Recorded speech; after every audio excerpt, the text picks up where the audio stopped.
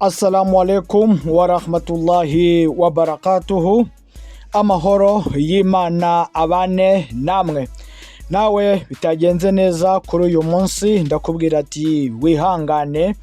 bibaho mu buzima, uyu munsi biba byiza ejo bikaba bibi.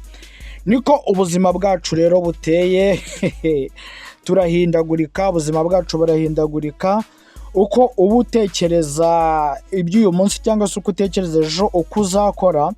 siko bigomba kumera nk'uko ubyifuza, kandi ntiwumve ko ari ikosa uba wakoze cyangwa wumve ko aba ari icyaha. Ni igeno ry'Imana Allah subhanahu wa ta'ala. Nk'ibisanzwe rero ninjye nta wundi ni si papa wirinda kuba ikibazo ku bantu, aho kuba ikibazo ku bantu ahubwo nakemura ibibazo by'abantu. Nkunda amahoro, nkanga kuyabura, mwo kimwe nk'uko nkunda umuntu ukunda amahoro ariko akaba yanga no kuyabuza bagenzi babo.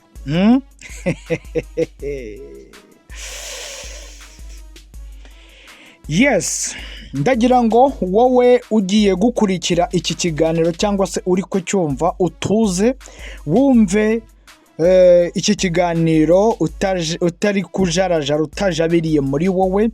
kuko ni ubutumwa nshaka kugezaho umuntu, ni ubutumwa nshaka kugezaho buri muntu wese ushobora kuba ameze nk'uyu muntu. Ni umugabo wigize akaraha kajya he, ni umugabo wagize amashuri aruta y'abandi, ngira ngo ni umugabo wize kurusha abandi, ni umugabo usoma ibitabo byose kurusha abandi, ni umugabo mbese ngo ni uwa mbere mu gusoma Korani, ni umugabo muri hadithi, ni umugabo muri fiqhi, ni umugabo muri sira, mbese ahantu hose yumva ko ari we wa mbere, abandi bose bamuri inyuma ntacyo bari cyo, nta n'icyo bagomba kuba cyo, abandi bose bamuri inyuma nta bumenyi bafite bitewe n'ibyiyumviro bye. Uyu mugabo rero ntashaka kugirwa inama, ntashaka kuganira n'abantu neza mu mahoro, ntashaka ko hari undi wavuga mu gihe we ahari, ntashaka ko hari ikintu cyiza umuntu ashobora kuba yavuga, kabone n'iyo umuntu yatana. Turi abantu, Mwenyezi Mungu wenyine niwe utibeshya, naho abandi twese mu gihe tugifite ubwonko butekereza, mu gihe twibagirwa, mu gihe dusabwa kwibuka tukibutswa na bagenzi bacu, mu gihe ukuntu wagiye ufata amakaye ugafata impapuro zawe ukajya ku ishuri, ukajya uhabwa homework, ugahabwa text, ugahabwa ibizamini, nuko ubwonko bwawe cyangwa se ubwenge bwawe buba bujegera bagira ngo barebe igipimo cyawe uko gihagaze. Ariko uyu muvandimwe yumva ko we ibyo kwibagirwa, ibyo gutana bitamubaho. Ashobora kuba wenda yumva ko ari roboti, ashobora kuba wenda akoreshwa na ChatGPT, yewe nayo nubwo bwose ari roboti, ariyo baremye iribagirwa kandi programye nkanswe wowe. Nta wundi rero njye ntago ninya kumuvuga, kubera yuko naho murira mu gisata abarizwamo, kubera ko njyewe ntago ndi shehe, ntago ndi umwarimu, njyewe ndi umuntu wipitira nk'uko musanzwe mubizi. Nta wundi ni uwo bita SHK Ally Pepe, ndabishoboye. Mu by'ukuri bavandimwe mukurikiye WAZI-K, njyewe ntago ndi hano mu rwego rwo gukerensa, rwo gusuzugura, rwo kubahuka, ariko ndabona ibintu bimaze gufata indi ntera, ibintu amaze gukabya cyane. Ibi bintu ni ugukabya, yewe niyo waba uri umumenyi ungana ute ntago wagera kuri iyi level Pepe agezeho, kubera ko maze iminsi ndi kureba ahantu cyane, ahantu hose nkajya ngongana nawe, urabona social media uko byagenda kose iyo uhora ujarajara ku ma platform agiye atandukanye, wenda n'umuntu muhuriye mu kintu kimwe byanga byakunda murahura. Afite abantu agenda yigisha ku magroupe WhatsApp, hakaba hari n'amandi magroupe yo guhurizaho ibitekerezo, icyo utabashije kuba wasobanukirwa ukagishyiraho ufite ubumenyi buri hejuru akaza akagusobanurira. Ikintu gitangaje ni ukuntu we iyo ashyizeho akantu kuri groupe iyo ashyizeho nk'ikintu runaka bakaza bamuvuguruza, ahita ashyuha mu mutwe agakora left, urumva, kubera yuko ngo bamusubije bamuvuguruje ibyo avuze batari kubyemeranyaho, we azi yuko ari perfect 100%. N'ikindi kintu gitangaje, urumva, kumva yuko ahantu ari ngo harimo sindayigaya, ngo harimo abandi bantu atavuga rumwe nabo, nango umuntu bamushyize muri iyo groupe ngo abamuhemukiye cyane, ngo ntago ashaka guhura,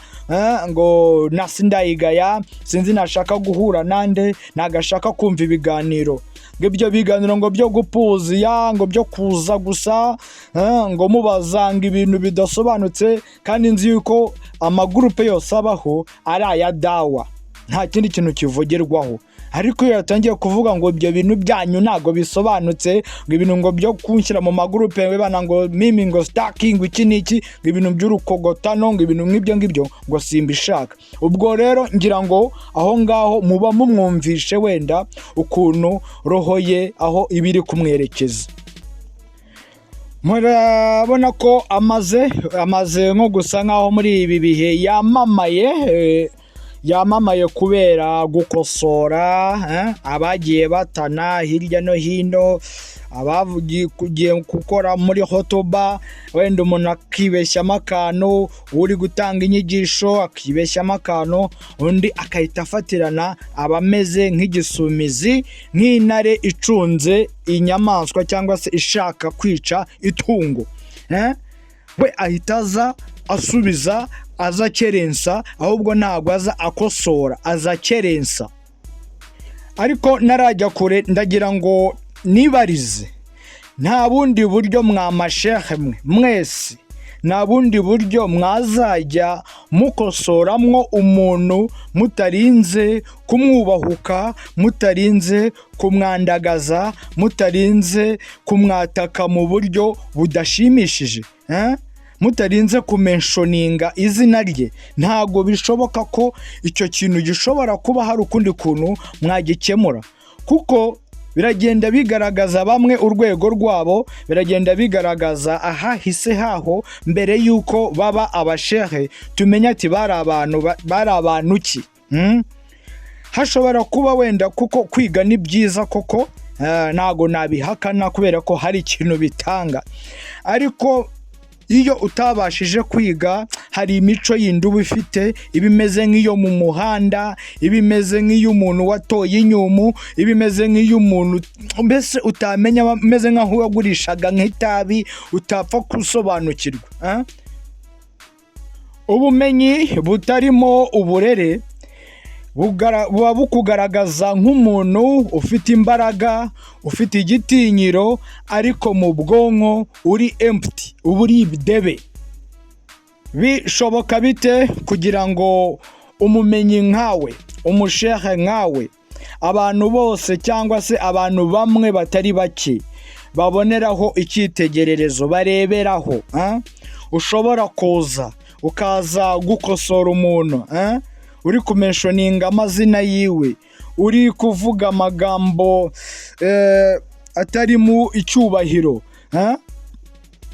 ubu abagukurikiye koko ntago babasha kureba urwego rwawe ushobora kuba uriho.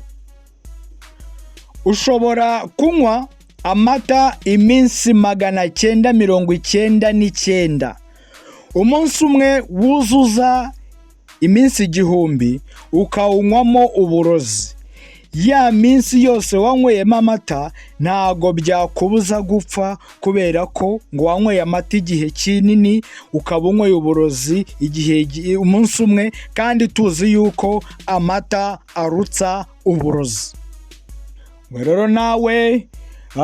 warize, ujya hanze uriga, uraza urigisha, abantu baragukurikira, baragukunda, barakumva, uramamara, ariko noneho level umaze kugeraho yo ni ikibazo mu bantu.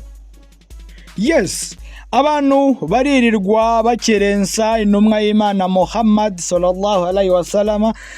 baririrwa bavuga ibitaramubayeho, baririrwa bavuga ibiki ku ma YouTube channel, kandi link zibageraho murabibona, nimushaka kubivuga, ariko mugenzi wanyu iyo agize akantu avuga gatanamo gatoya, nimuryama murara mu bitabo muri kugenda mushaka uburyo muhengeka kugira ngo ubone ukuntu uza gusebya umuntu, kandi abajomba hano hanze birirwa bakerensa idini ya Islamu, bagakerensa n'intumwa, mukabireba mukabyihorera kubera yuko ubuzi ko uwo nta kibazo mufitanye, ariko wundi wakoze akantu gatoya uba warabuze aho umufatira, ukavuga ati reka noneho ndamubonye arasitaye, reka mfatirane iki gihe nanjye mubwire noneho ibyo nshaka. Nk'urugero nshobora kuguha kandi nawe urabizi, nk'uriya mubyeyi Sheshafi inuze yapostinze kuri Facebook, yapostinze kuri Facebook ari kuvuga ku byerekeranye n'isabukuru cyangwa se y'amaniversary ya Mutumi. Ndibaza yuko bitewe n'ukuntu wamututse byateye urujijo cyane, cyangwa se byatumye abantu bibaza, ese hari ahantu yigeze yandikamo wenda ko Ally Pepe yavuze ibi bintu, wenda Sheshafi akaba aje kumuvuguruza, byagenze bite ku buryo ushobora kwibasira umuntu w'umubyeyi nk'uriya, ukinjira deep no mu buzima bwe, ukinjira ibyo ku masomo ye, sinzi ukavuga ibyagenze kera ku mashuri aho yize mu Barabu, ukaza ukagaruka mu byo muri 90 na kangahe bya SHK bwana, ibyo kugenda ukazana details zo ku mashuri, byabaye ku mashuri, ukazana ibyaba SHK ba Tembo, ibyagiye biba byose, ukagenda ukamenshoninga amazina, ukazana ibibazo byose, ibyo bibazo byose wagiye uzana muri izi nyigisho zawe, bihuriye hehe n'ibaruwa yanditse agapostinga kuri Facebook? Bihuriye hehe ibyo bintu? Ubaye atari uguhiga umuntu kugira ngo umwatake, n'abandi batari we ugenda wataka mu buryo budasobanutse. Ese nka buriya wicaye ukigisha, ukigisha utavuze amazina, utinjiye mu buzima bw'umuntu in deep, kandi ndabizi nawe ntabwo ukunda umuntu kwinjirira mu buzima busanzwe, ntabwo ubikunda, ariko wowe ukunda kubwinjiramo. Nka buriya uramutse wenda wigishije, ko tuzi yuko inyigisho ziba atari iz'umuntu umwe, ziba ari iz'abantu bose muri rusange uko byagenda kose, uramutse nimba ushaka kwigisha umuntu cyangwa se gukosora umuntu, gukosora umuntu, ukamuvugamo biriya byose, akaba ari wowe wenyine ubyoherereza, ntabwo byaba bihagije. Ngaho mbabarira umbwire, nkawe w'umuyobozi w'umushehe, feedback wabonye muri iriya audio wasize hanze, feedback we wabonye ni iyihe? Uvuga ati n'imbere y'Imana nkoze igikorwa gikomeye cyane gishobora no kuzancisha kuri sirato, gishobora kuzanyinjiza mu ijuru, ni iyihe? Nk'ubu wowe reka noneho tubihindure tubigushyireho, wenda ari wowe umuntu arimo aravuga, tuvuge ari nkawe, umuntu akaza akavuga ati Pepe, ibyo wavuze njyewe ntago mbyemera Pepe, wabeshye wowe Pepe, ndakuzi wenda i Rubavu, nkuzi muri ibi n'ibi babafunga, sinzi nkuzi muri ibi mu mico iyi n'iyi, mbere yuko ujya kuba umusuderi nkuzi muri ibi ngibi umuntu akakumanuka ava yuko wiga idini ni urugero akakumanuka inidepo akabigeramo byose indani yarangiza akavuga n'ibindi wenda ushobora kuba warakoze mbere yuko navuga wamamara umenyekana na buri muntu wese ushobora kuba nawe yumva uko yifuza kumva yumva uko yifuza kumva inyigisho zawe wabyakira ute ibyo bintu shyira muri logique nawe ushyire mu gaciro nimba ari ugushaka koko kuba wakosora umuntu nimba ari ugushaka kuba wakura ahantu umuntu yatanye yahengamyemo gatoya ukaba wagaruka wowe ibyo bintu wabyakira gute mu by'ukuri uriya mubyeyi shafi mpamya ko ntashidikanya mpamya ko yakubyara arakubyaye kandi niyo umuntu yaba atari so wakubyaye yaba atari so wakubyaye cyangwa se atari umwe mu muryango wawe mpamya ko utamwubahuka kariya kageni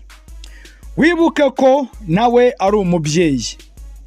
wibuke ko nawe ari ufite umuryango kwicara ugatondagira umuntu kuriya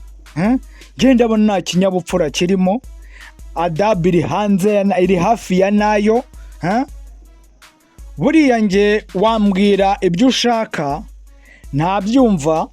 wabibwira abo mu rungano rwawe nabo birumvikana ariko gutondagira umubyeyi nkuriya byo ni ukwegzagera warengereye cyane mpamya ko ari nka so cyangwa se ari nka onkere wawe muyomba wawe cyangwa se ari so wanyu ndarahiye ndahamya yuko ibyo bintu wakoze utabikora aramutse ari nka so wanyu cyangwa ari nka so ukubyara baca umugani mu kinyarwanda ngo uburere buruta ubuvuke njyewe ndakubwiye uri murumuna wanjye ni ukukugira inama n'abandi bose bafite izo tageti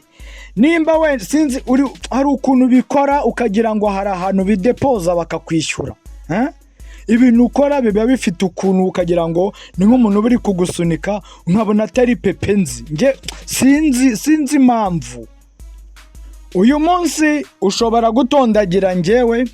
ushobora gutondagira bagenzi banjye ushobora gutondagira bagenzi bawe ariko ibintu byo gutondagira ababyeyi ejo noneho uzagenda noneho ubona bacecetse utondagira abasaza nabo binjiremo kubera yuko wamaze gucambuwa wamaze gutondagira generasiyo yawe yose urayirangije noneho ugeze mu babyeyi ejo bundi uzaba uri muri ba sogokuru na ba sogokuruza ibi ntago tuzabyihanganira wowe tanga inyigisho zawe sinanakwigisha uburyo uri buzitange sinkubwira inzira uri bucemo ariko nanone ndagira ngo nkubwire bwana ndabishoboye Ally Pepe ibi bintu byo gutondagira ababyeyi ntago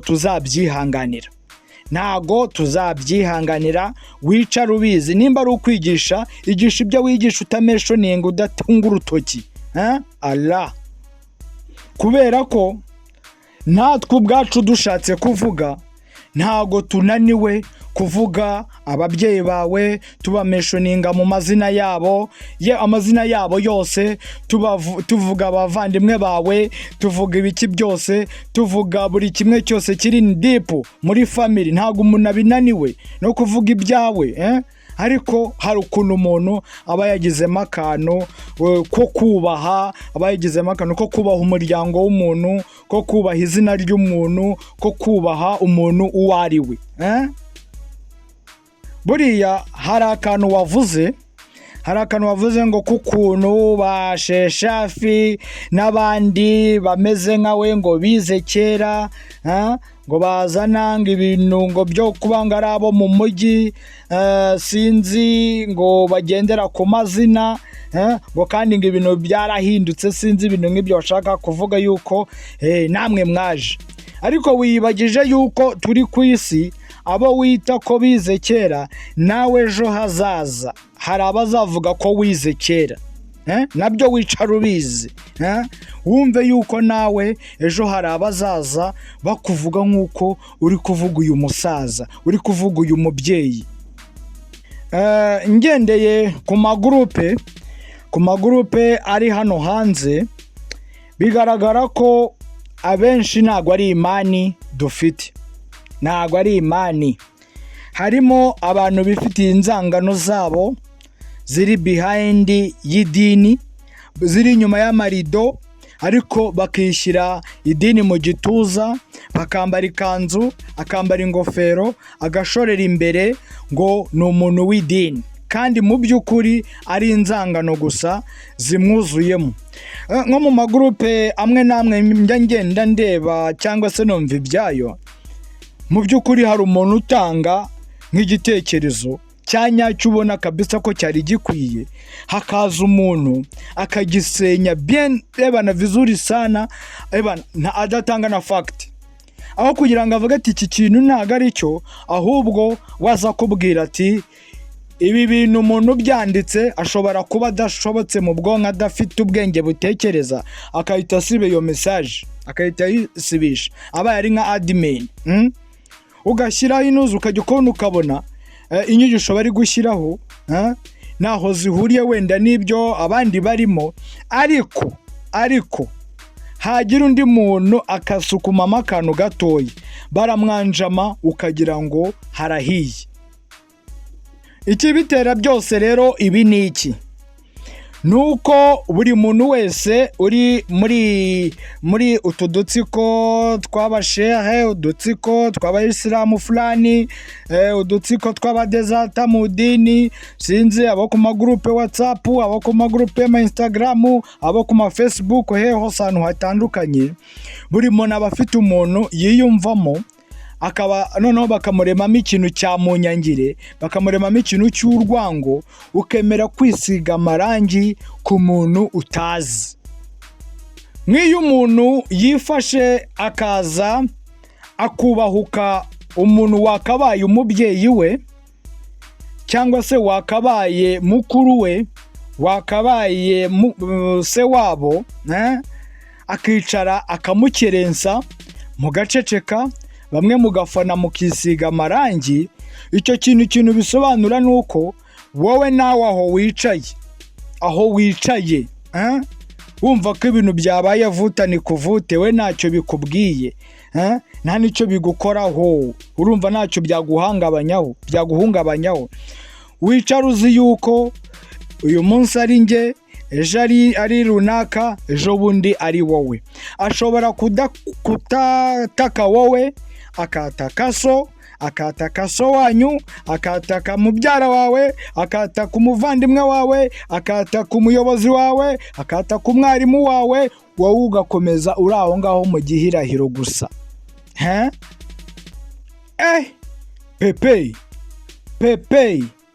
Pepe urata ku muntu mpaka ukinjira in deep, ukagera no ku mubyeyi wiwe ndani, ibintu bitakureba, wowe umwana w'ejo bundi. Subhanallah. Cyakora Allah korohereze, aguhe guhinduka, aguhe kumva inama z'abandi bantu, aguhe gucisha bugufi, kubera yuko inzira uri kugenda utwaramo inyigisho zawe cyangwa se dawa yawe, mu by'ukuri iyo nzira ebana irimo amahwa. So bavandimwe mwari mukurikiye WAZI-K, ndagira ngo minira ahangaha mbwira nawe buri muvandimwe wese ushobora kuba ari aho ahuriye n'ibi bibazo biri kuba, yuko watekereza ukumva ko ibintu urimo ese bifite uwuhe musaruro, bifite iyihe nyungu, kwicara ugateranya abantu, ugatuka abantu, ukubahuka abantu, yewe ari abakuruta n'abatakuruta, kuko kubaha si ngombwa ngo wubahe n'umuntu ukuruta gusa, n'abantu bose muri rusange. kumva yuko rero ufite ubumenyi budafite uburere nta kintu byaba bimaze mu by'ukuri. Yewe n'ukurimba w'inkoko,